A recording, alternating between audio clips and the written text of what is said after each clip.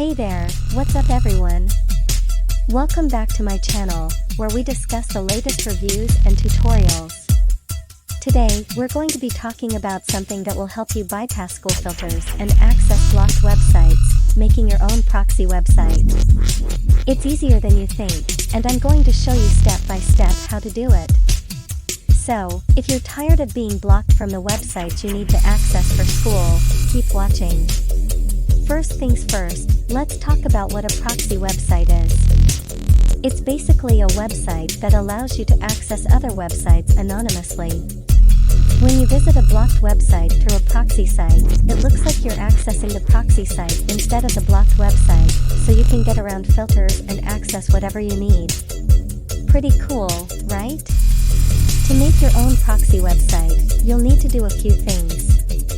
First, you need to find a web host that allows you to use PHP. This will let you use the software we're going to use to create the site, which is called Glide. Once you have your web host set up, you can download Glide and follow the installation instructions. It's not too difficult, and I'll show you what to do. Next, you'll want to customize your proxy site. This means choosing a cool design and tweaking some settings to make the site look and work the way you want it to.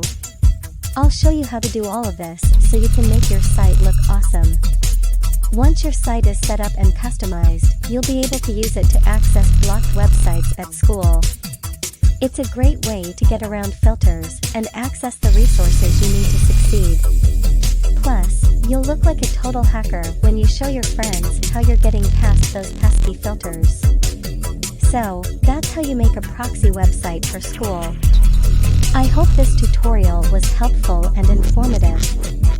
If you have any questions or comments, leave them down below, and I'll be sure to get back to you.